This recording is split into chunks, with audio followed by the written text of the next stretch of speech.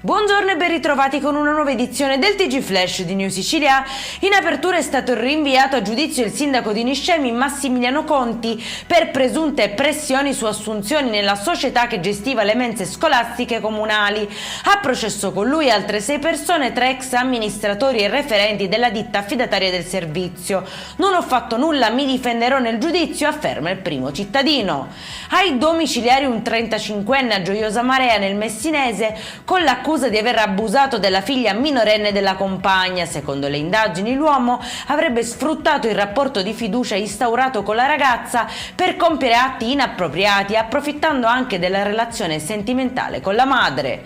Pillole colorate con i volti dei Simpson e di Hello Kitty nascoste in una valigia in casa insieme ai figli minorenni. A Mazzara del Vallo, nel Trapanese, la polizia ha sequestrato oltre 2700 pasticche di estasi per un valore stimato di 50.000 euro. In manetta una giovane madre, ora ai domiciliari, accusata di detenere la droga destinata alle piazze di spaccio del Trapanese.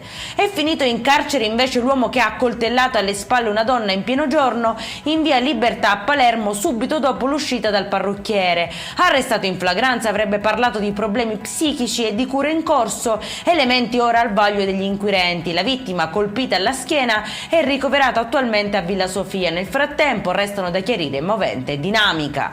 E in chiusura il maltempo non dà tregua alla Sicilia. Raffiche oltre i 100 km/h stanno mettendo in ginocchio intere province. Alberi sradicati, blackout, scuole chiuse e collegamenti marittimi quasi isolati nel Messinese, mentre a Palermo e nel Catanese si moltiplicano gli interventi dei vigili del fuoco.